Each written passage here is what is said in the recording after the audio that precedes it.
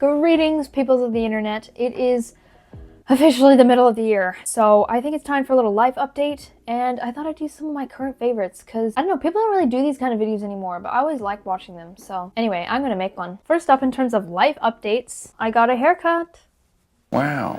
I feel like really cute with this haircut. I love the way it looks on my face. I think it makes my face look so much like slimmer and less round and childish. While we're chit-chatting, I'm going to be working on a diamond art painting that Diamond Art Club sent to me. You've probably heard of diamond art paintings before, but in case you haven't, it's like really similar to paint by numbers or cross stitches. Instead of using paint or thread, you stick little diamonds onto an adhesive canvas. It's a really relaxing hobby. It can be enjoyed by literally anyone, whether you're creative or not. The Diamond Art Club kits come with literally everything you need, from canvas, the little applicators, all the bazillions of diamonds. If you want to try them out for yourself, I have a discount code on the screen here for 20% off your first purchase. The artwork that I'm going to be doing today is absolutely massive. I didn't really pay any attention to the size. I knew it was going to be big, but I did not know it was going to be that big. I'm excited. It's going to be fun anyway. This will keep me occupied for several weeks. These are all the diamonds. I don't know how many is in this.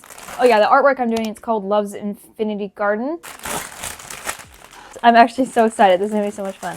I don't know, you can't really see what I'm doing, but I think I'm just gonna roll it out like this and just do one row at a time. Ugh, my messy floor. Don't look at it. Don't look. What colors do I want to start with? I think I'm gonna start with W, which is 815. I've gotta find it now. Okay. Now I'm gonna get out the little tray. And how cute, the gel comes in this little heart-shaped case. I love that. The tray has like these little grooves on it that help the diamonds sit right side up, which is really handy. So what you do is there's this little metal thing and it like sticks up the wax, and that's what makes the diamonds diamond. I'm really good at explaining stuff. Oh, that has plastic on it.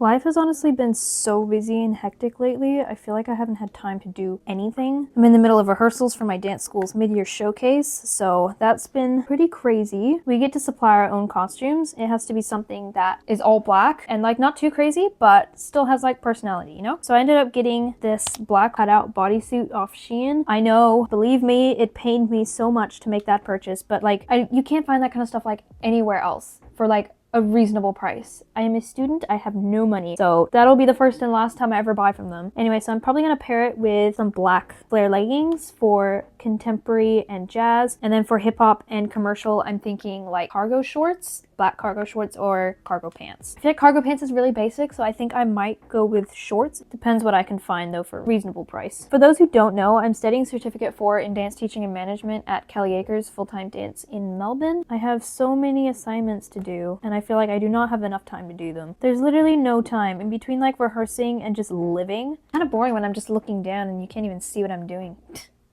I probably should have thought this out better. For favorites, I thought I'd start off with clothes. The Southern Hemisphere actually exists, believe it or not. So we're currently just starting winter. Starting off actually with the sweater I'm wearing right now.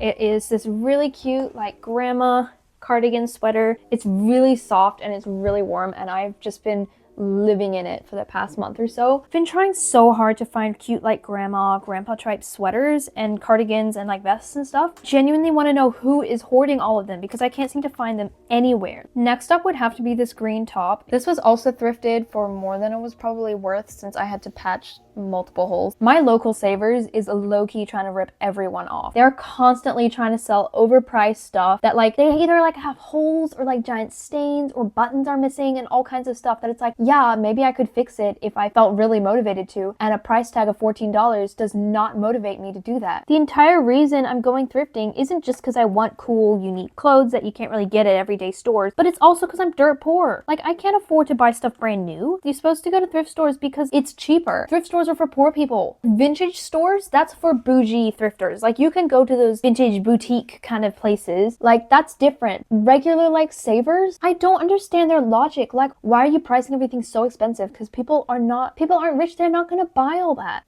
Sorry, I'm just really passionate about this. Anyway, back to this green top. Literally, I wear it everywhere. It doesn't look like much, but it's wool, so it's really warm and so great for layering. I always pair it with these brown trousers I got off Depop. It has been like my go-to outfit for the past 2, maybe 3 months. Like if I was a cartoon character, that's what I would be wearing for the next 3 seasons. I am in love with trousers. I don't know why it's taken me so long to realize how great they are. They're so comfortable. You can just throw a sweater over it, or like even just a plain t-shirt, and you look like you actually had a thought behind your eyes when you put it on in the morning. So style tip, if you want to look more put together and elegant, just wear trousers. Moving on to makeup, my favorite foundation has been the Inca Organic Liquid Foundation with hyaluronic acid. This stuff is like so good. It's certified organic. For like foundation, I really want it to have good solid ingredients. I use this more like concealer. Since I dance like 5 days a week, I don't really wear much makeup. I do, however, wear a little bit of foundation, like concealer if I have any blemishes. It's actually my mom's foundation. She had an extra bottle that she didn't need, so she gave it to me, which was very nice. But yeah, highly recommend. Music-wise, my favorite artists have been Leve,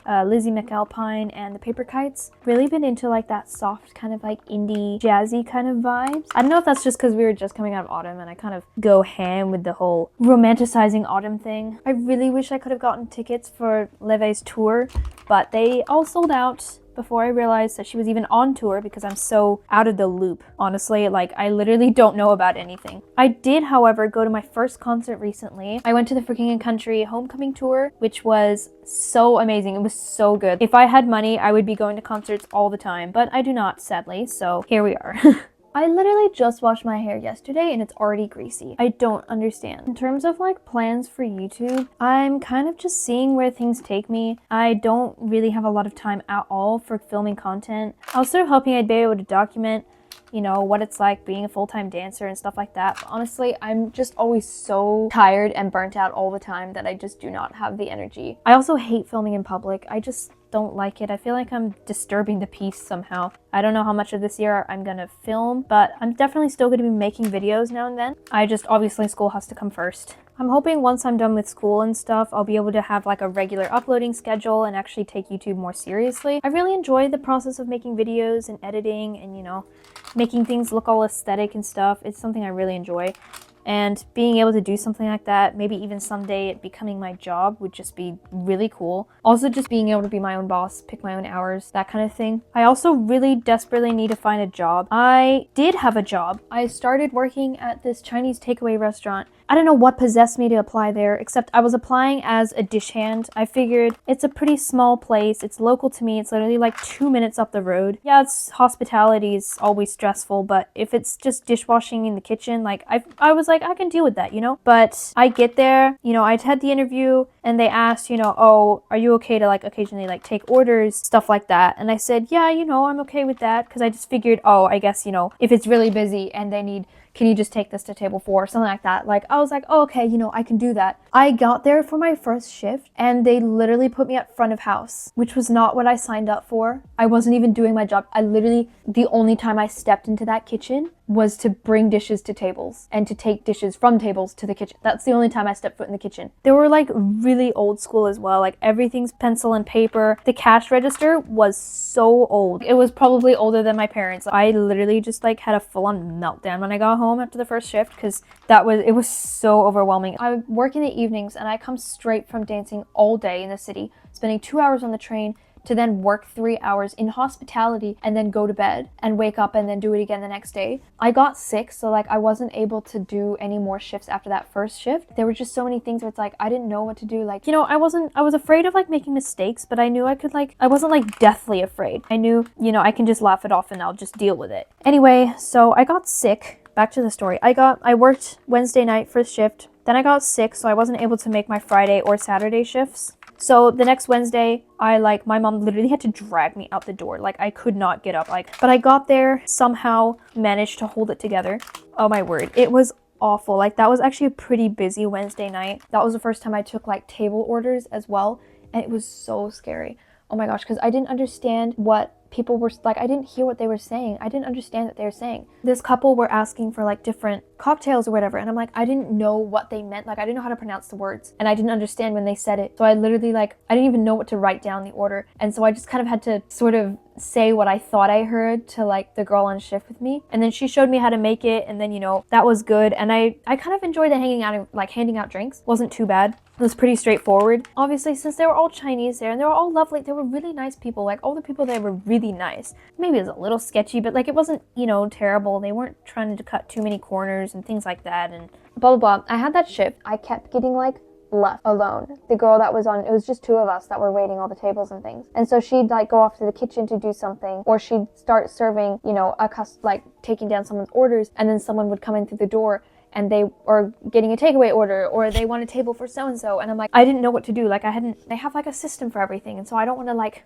go outside that system. So I was literally hiding behind the bar counter. Like I was hiding behind all the champagne glasses. Clearing the tables, okay. Resetting the tables, I can do that. Bring drinks to people's tables, yeah, but like all the tables, they didn't have table numbers on them. They just memorized the layout of like, this is A1, A2, and then this is B2, B1. Why don't you just have table numbers on it? Why? How hard is it to just put a little number thing? It was so stressful trying to remember which number was which. There were several times I brought things to the wrong table just because the order of everything was so hard to remember. Anyway, so I obviously did not want to work there. I hated every second of it. It was so stressful. Obviously, like, I need the money, like, I need a job. Because I was waiting on government funding for my course, since I can't really work a proper job. I leave the house at, like, 7, and I get home at 6:30. Like, there's barely any time to, like, do any shifts or anything anywhere without, like, staying up, like, to ungodly hours and not getting enough sleep and whatnot. I do not want to sacrifice my health like that just to have money. But anyway, obviously my parents would really encourage me to not just quit, you know, without giving it a proper try and stuff like that. So after that Wednesday night shift, like I was so stressed. My next shift was going to be on the Friday. So Friday, I had a full-blown like panic attack during dance, partially from just like stresses at dance and having to remember all these like mid-year showcase routines and all my assignments, and like it was getting to me too much. I knew I had to go to work that night, and I knew it was a Friday night as well. And that's one of their busiest nights of the week. I just couldn't do it. And so basically what I did is on that Friday, I just messaged them before my shift and said, look, basically told them, you know, what I'm doing isn't what was in my job description, and that, you know, I was under the impression that I'd be washing dishes out the back and stuff like that. And I said, you know, if there's not a role available for that, then, you know, this just isn't the job for me. But yeah, they replied and they said, yeah, that there were no availabilities in the kitchen, and they said they'd let me know if there were any in future, and that I could come collect my pay whenever I wanted. So that was like such a relief. I'm so glad I did that. Anyway, that's why I still don't have a job. I've been really into color analysis lately. I've been trying to figure out like what my color season is. I've narrowed it down to either autumn or spring, but I don't know which one. I think I am a spring, but I don't know which spring. I don't know, because like obviously I prefer the autumn color palette. I have like tan, olive skin, blue eyes, and like ash blonde hair. They all kind of like contradict each other. I'm just like curious. I already know what I like and stuff like that, but I'm curious, you know, like more like I want to know, why does this color not look good on me? Also just being able to know like what is a color that does look really good on me that I'm not aware of. Wow, okay, I finished all the W's on this section. It doesn't look like I've done much, but this is about an hour's work. I was also talking at the same time though, so if I was just like working silently, I probably would have gotten way more done. I've had this idea of like starting a small business. I mean, I've always wanted to start a small business. I had this idea of making like tote bags out of like quilts and like pillowcases and other like recycled materials from the thrift store. I don't know like what platform to sell on. I've sold on Etsy before. Shipping was such a pain. Like, oh my gosh, shipping is so expensive and so complicated to try and figure out. I was sort of thinking, oh, maybe I could do like Depop or something like that. So that is an option. Again, like I still have to deal with shipping and everything, which is just freaks me out. Another option I had was selling them at like my local indoor market. They can rent like a stall and they can put their artwork or whatever in it and sell it. So I sort of thought, oh, that would be cool. I just need to actually make the tote bags, obviously. I really just need money in any way I can get it. I think I'm gonna wrap it up here. I have a lot of work to go before I finish this, but I will probably be posting my progress on Instagram, so feel free to follow me there. I'm at Scarlet Toadstool, like I am on pretty much, yeah, every social media platform, basically. Anything interesting will be linked in the description. Yeah, let me know in the comments anything you want to see from me in future, any video ideas. And yeah, I hope you have a fantastic day or night. Make sure you eat, drink, sleep lots, and I will see you in my next video. I love you. Bye!